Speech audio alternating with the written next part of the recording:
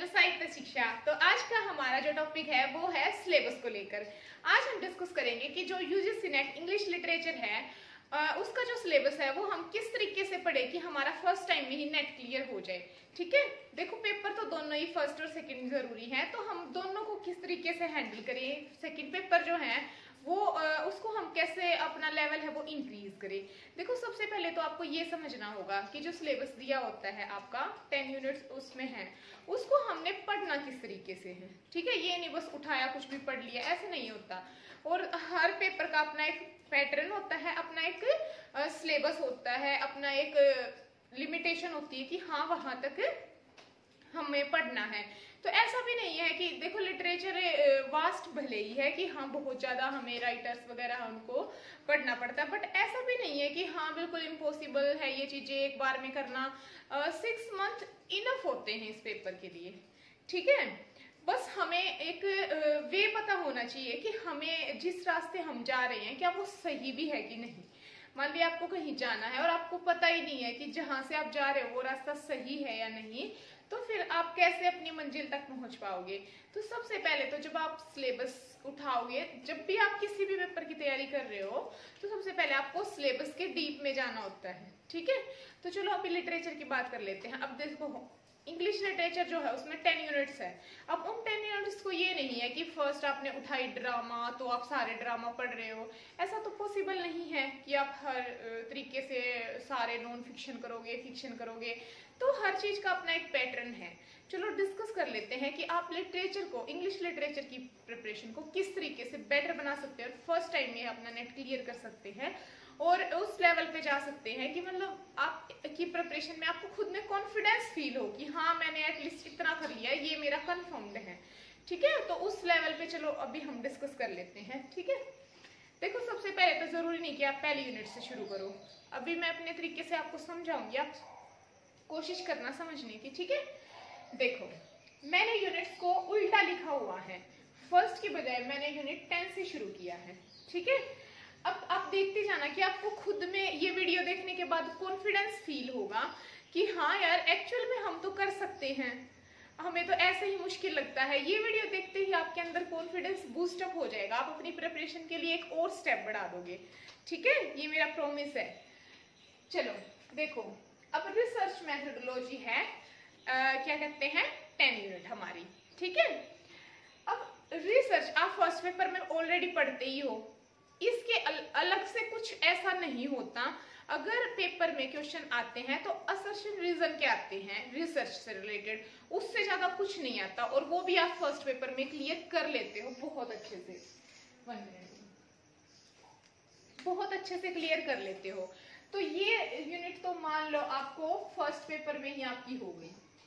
ठीक है, ये फर्स्ट पेपर में ही आपकी कंप्लीट हो गई। अब हमारे पास बच गई है 9 यूनिट। कितनी यूनिट बच गई? 9 यूनिट बच गई है। अब आप मान लो कि बस हमें 9 यूनिट करनी है। ठीक है, उनका भी मेथड चलो करते हैं। अब हमारी 10 के बाद आ जाती है 9 यूनिट। ठीक है, अब देखो ये है लिटरेरी थ्योरी की, लिटरेरी थ्योरी।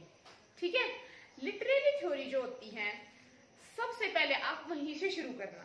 आपको एक बार थोड़ा टाइम जरूर लगेगा, क्योंकि अगर आप ब्रिटिश या ऑस्ट्रेलियन लिटरेचर के अंदर घुस जाओगे तो वो ये है कि चलता रहता है। बट अगर आप थ्योरीज को देखोगे ना तो थ्योरीज का जो कंसेप्ट है वो एक टाइम कुछ लिमिटेड थ्योरीज ही हैं। हमारे जो सिलेबस है उसमें मैंने थ्योरीज के ऊपर सारी वीडियो भी अपलोड कर रखी है, अगर आपने नहीं देखी है तो चैनल पे प्लेलिस्ट मिल जाएगी। तो कुछ लिमिटेड, जैसे आपने स्ट्रक्चरलिस्ट कर ली, पोस्ट स्ट्रक्चरलिस्ट कर ली, आपने रीडर रिस्पॉन्स थ्योरी कर ली और आपने मार्क्सिज्म कर लिया। तो ये कुछ लिमिटेड 10-15 जो हैं और इनके जो लिमिटेड राइटर हैं आपने सबसे पहले वो करने हैं और उनको करके 5-7 बार रिवाइज कर देना है। फिर आपके माइंड में ऑटोमेटिक कंसेप्ट बनते जाएंगे कि आइए रिचर्ड की ये थ्योरीज थी, उसने वो दिया था, वो राइटर उसके अंदर आता है उस थ्योरी में। आप जब भी थ्योरीज को करोगे तो ये बात, एक और बात आपने ध्यान रखनी है कि थ्योरीज में जैसे सबसे पहले अगर आप रीडर रिस्पॉन्स थ्योरी कर रहे हो तो सारे राइटर रीडर रिस्पॉन्स थ्योरी के कर लो अच्छे से, रजिस्टर में एक जगह पे उसके नोट्स बना लो अच्छे से। ठीक है, ताकि मिक्सिंग ना हो। आप अगर उसके पेज भी पलटोगे ना तो भी आपको एक क्लियर आइडिया रहेगा कि हाँ मतलब कि समझ में आ जाएगा। और 2-4 बार भी पन्ने पलटोगे तो आपको ऑटोमेटिक माइंड में एक इमेज बन जाएगी कि ये राइटर तो उस से रिलेटेड है, मेरे रजिस्टर में कहाँ क्या लिखा हुआ है वो आपको समझ में आने लग जाएगा। ठीक है, तो अब लिटरेरी थ्योरीज को अगर आपने कंप्लीट कर लिया ना, तो जैसे मैंने बोला है कि अगर स्ट्रक्चरलिस्ट कर रहे हो तो उसके सारे राइटर कर लिए। ठीक है, जो भी आप कर रहे हो शिशोर कर लिया, और जो भी स्ट्रक्चरलिस्ट में आते हैं, फिर आप वो स्ट्रक्चर वाले कर रहे हो मिशेल फूको वगैरह, वो सारे कर लिया आपने। ठीक है, तो वो एक सीक्वेंस में आपने करना है। नंबर पहले आप कौन सी थ्योरी कर रहे हो, फिर उनकी उसके सारे राइटर इकट्ठे कर लिए। जैसे कि अगर आप मेरी वीडियोस देखोगे तो जैसे सारे राइटर्स की अलग अलग मिल जाएगी, स्ट्रक्चरलिस्ट वाले कौन से हैं, रीडर रिस्पॉन्स की अलग प्लेलिस्ट है, तो उसमें से आप कर सकते हो। ठीक है, ऑलमोस्ट मैंने वीडियो शॉर्ट बनाई है और उसमें जो इंपॉर्टेंट पॉइंट है वो नोट डाउन करवा दिए हैं। चलो वो तो बाद की बात है, अभी आप सिलेबस को समझो। तो अगर लिटरेरी थ्योरी आपकी खत्म हो गई ना, तो इतना ज्यादा कॉन्फिडेंस बूस्टअप हो जाएगा कि आप 10 चीजों को वहां से लिंक कर पाओगे, 10 चीजों को आप वहां से जोड़ पाओगे, और आपके अंदर कॉन्फिडेंस ऐसे हो जाएगा कि मतलब मैंने कितने अच्छे से कर लिया है। और सबसे पहले अगर लिटरेरी थ्योरी कर रहे हो ना, तो इसका एक बेनिफिट ये भी है कि जब भी आप रिवीजन करोगे ना, क्योंकि रिवीजन के बिना तो कुछ पॉसिबल है ही नहीं, तो जब भी आप रिवीजन करोगे ना, तो उसके बस ऐसे ही थोड़ा थोड़ा रजिस्टर में देखते जाओगे ना, तो आपके अंदर वो ऑटोमेटिक चीजें सेट बैठती जाएंगी। तो आपको बस एक बार मेहनत लगेगी, पूरा लिखना है मतलब कि पूरा फ्रस्ट्रेट हो रहे, बट वो एक बार के बाद आपको जब उस रजिस्टर को देखोगे, ये मेरा थ्योरी वाला रजिस्टर है, तो बहुत अच्छा फील होगा। ठीक है, अब हम नेक्स्ट यूनिट पे चलते हैं, लिटरेरी क्रिटिसिज्म। अब देखो लिटरेरी क्रिटिसिज्म, अब इसमें क्या है, इसमें कुछ तो है आपके एंशिएंट राइटर जो आपको करने हैं, और कुछ है मतलब मॉडर्न। अब अगर हम बात करें तो क्रिटिसिज्म, अगर एंशिएंट टाइम की बात करें तो प्लेटो, एरिस्टोटल आपको पढ़ लेना है। ठीक है, और फिर उसके बाद वो ज्यादा इंपॉर्टेंट तो वही 2 हैं। ठीक है, उनमें से ही ज्यादातर क्वेश्चन आते हैं। उसके बाद आपने ड्राइडन हो गया, जॉन ड्राइडन हो गया, अलेक्जेंडर पोप हो गया, वो आपने वहां से पढ़ लिए। तो ये कुछ क्रिटिसिज्म। फिर मॉडर्न एज में आके आपने टीएस इलियट, मैथ्यू आर्नोल्ड बिल्कुल स्किप नहीं करना है। तो ये जो कुछ क्रिटिसिज्म के कुछ राइटर हैं, ये ज्यादा नहीं, इसका आपने अलग से रजिस्टर लगाना है, अलग से इन राइटर को नोट डाउन करना है। ठीक है, जल्द ही इसके ऊपर भी मैं वीडियो अपलोड कर दूंगी, आप टेंशन ना लो। मैं कोशिश करूंगी कोई टॉपिक ऐसा छूटे ही ना लिटरेचर में जिसके ऊपर कोई वीडियो ना हो। ठीक है, आपको और आप कमेंट में भी बता सकते हैं जिस भी टॉपिक आपको चाहिए ऊपर। तो लिटरेरी क्रिटिसिज्म में भी कुछ जो लिमिटेड राइटर हैं, ऐसा नहीं है कि कहीं से कुछ भी आ रहा है, बिल्कुल भी नहीं। ठीक है, लिमिटेड राइटर हैं वो आपने करने हैं। ओके, अब आ गए हम कल्चरल स्टडी पे, जो पिछले कुछ साल से ज्यादा ही, पहले भी क्वेश्चन आते थे बट एक अलग यूनिट बना दिया गया है इसको। ठीक है, और ये बहुत अच्छी चीज भी है, इसके ऊपर भी ऑलमोस्ट एवरी वीडियो ऑलमोस्ट जो इम्पोर्टेंट राइटर की है वो अपलोड कर रखी हैं।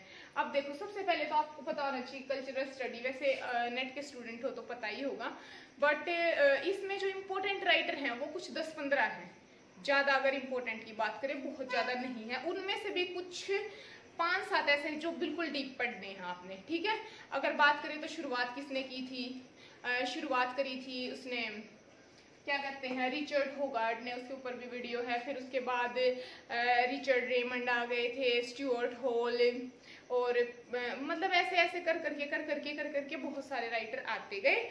तो मतलब क्या कहते हैं, इसके अंदर जो है वो कुछ है। और जब आप कल्चरल स्टडी पढ़ोगे और लिटरेरी थ्योरी पढ़ोगे ना, तो आपको इन दोनों का कनेक्शन मिलेगा आपस में, कि कुछ राइटर ऐसे हैं जो कल्चरल स्टडी में भी हैं, लिटरेरी थ्योरी में भी हैं, और कुछ राइटर ऐसे हैं जो कल्चरल स्टडी, क्रिटिसिज्म और कल्चरल और क्या कहते हैं थ्योरी, तीनों में ही है। तो आप एक इतनी जबरदस्त बॉन्ड बना पाओगे इन तीनों चीजों की, जब आप उठा के इनको मतलब तीनों को कंप्लीट कर लोगे ये सिलेबस, कि आपको लगेगा ये तो सारा एक जैसा सही है। मतलब आपको बहुत ज्यादा कॉन्फिडेंस भी आ जाएगा, और आपको लगेगा कि सच में ये तो बिल्कुल ऐसा है कि मतलब चीजें कनेक्ट हो रही हैं, कहीं ना कहीं एक लेवल पे जाके चीजें कनेक्ट हो पा रही हैं। ठीक है, तो क्या कहते हैं, ये जो है ये पूरा सेट होने के बाद आप बिल्कुल चिल हो जाओगे, और आपको लगेगा कि मेरा 50% सिलेबस है वो बिल्कुल कंप्लीट हो गया है। ठीक है, फेमिनिज्म हो गया, थ्योरीज में ऐसे ऐसे जो कंसेप्ट हैं वो आपको मिल जाएंगे। अब आगे देखो, इंग्लिश इन इंडिया। अब जो इंग्लिश इन इंडिया है, इस पे आपको इतना ज्यादा फोकस नहीं करना है, पहले, क्योंकि ये इंडियन लिटरेचर जो है वो पहली यूनिट में इंडियन लिटरेचर प्लस इंडियन की जो हिस्ट्री है, ये आप फर्स्ट पेपर में जो हायर एजुकेशन करते हैं ना, फर्स्ट पेपर की हायर एजुकेशन, वहां से आपका कवर अप हो जाएगा ये वाली यूनिट। ये वाली यूनिट आपको नहीं करनी है, क्योंकि ये वाली यूनिट आप फर्स्ट पेपर में कवर कर जाओगे हायर एजुकेशन वाले में। जब आप एंशिएंट पढ़ोगे ना, तक्षशिला यूनिवर्सिटी वगैरह वो पढ़ोगे, वो वुड डिस्पैच कब आया, ये आप फर्स्ट पेपर में कवर अप कर जाओगे। अगर आप अच्छे से पढ़ोगे ना तो 100% आप फर्स्ट पेपर में इसको कवर कर जाओगे। तो ये दोनों चीजें यूनिट तो आपको करने की जरूरत नहीं। अब हमारे पास यूनिट बच गई 8। कितनी यूनिट बच गई हमारे पास? 8। ठीक है, देखो कितना आसान हो रहा है आपका काम। और ये बस मैं हवाबाजी में नहीं बोल रही कि बस मैडम तो कुछ भी बोले जा रही है, ऐसा नहीं होता। मैं अपने एक्सपीरियंस के साथ बता रही हूँ आपको, ठीक है। और आप चाहे पेपर में गए हैं तो आपको पता भी होगा, नहीं गए हैं तो मेरी वीडियो देख लेना और पेपर से आने के बाद दोबारा भी देख लेना, कोई भी बात अगर आपको ऐसी लगे तो, ठीक है। तो फिर है लैंग्वेज। अब देखो लैंग्वेज के 2, 5, 7 या 10 टॉपिक ऐसे हैं जो आपको करने हैं। एक दो तो इसमें राइटर है, जैसे सी के ओगडन हो गया, ठीक है, और इसने लैंग्वेज वगैरह का कंसेप्ट दिया था। नोम चॉम्स्की हो गया इसके अंदर, ये सब चीजें हैं, ठीक है। और लैंग्वेज में और क्या है, जैसे एमएलए कर लिया आपने, एमएलए हो गया, और जो आईलेट्स की फुल फॉर्म कर ली, ठीक है, आईलेट्स की फुल फॉर्म कर ली, सॉरी भाई ज्यादा ही थोड़ा खराब हो गया, आईलेट्स की फुल फॉर्म कर ली, या पैटर्न पूछ लेते हैं आपसे, ठीक है, एपीए का पैटर्न बताओ। तो ये चीजें होती हैं, ये भी कुछ ज्यादा टॉपिक नहीं है, 5-7 ज्यादा मतलब टॉपिक होते हैं जो जिनसे ज्यादातर, या सर से रीजनिंग के क्वेश्चन आ लेंगे, वो भी आप इतनी ज्यादा लिटरेचर के स्टूडेंट हो तो आप सोल्व कर सकते हो, तो इतना ज्यादा इसकी टेंशन नहीं लेनी है आपने, ठीक है। देखो कितना सारा सिलेबस हो गया। अब बच गई 4 main unit, 4th, 3rd, 2nd और 1st। अब देखो इसमें ऐसे लिखा है ड्रामा है, पोइट्री है, फिक्शन है, नॉन फिक्शन है, बट अगर एक्चुअल में आप देखोगे तो इसका मतलब क्या है कि पूरे वर्ल्ड का है वो, ठीक है। तो उसको हम इजिली कैसे कर सकते हैं, देखो ब्रिटिश लिटरेचर है वो आपने करना है, ठीक है।